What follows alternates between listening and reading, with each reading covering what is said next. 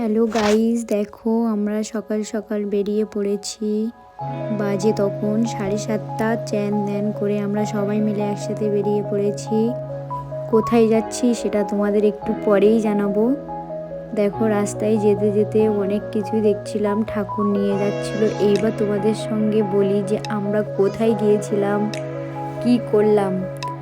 আমরা গেছিলাম জাগ্রত মন্দিরে, সেটা হলো হরিমেলা, চাঁড়ালখালি হরিমেলা, ঐতিহাসিক মেলা যেখানে সবাই সবার মনের ইচ্ছা পূরণ করতে পারি। আর দেখো দেখতে দেখতে আমরা মেলার ভিতরেও ঢুকে পড়েছি। চারিদিকটা কি সুন্দর দেখো, তোমরা দেখলেই বুঝতে পারবে।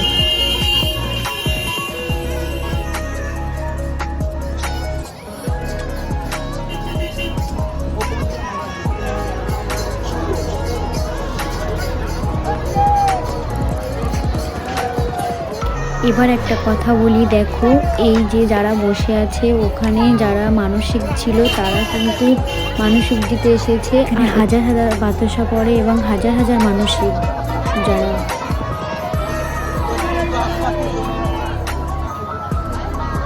আর তোমরা দেখেছিলে যে রাস্তা দিয়ে ঠাকুর আনছিল, সেই ঠাকুরটা হলো এখানে এনে রাখা হয়। পুজো টুজো করা হয়ে গেলে এখানে চারিপাশ দিয়ে রাখা হয়।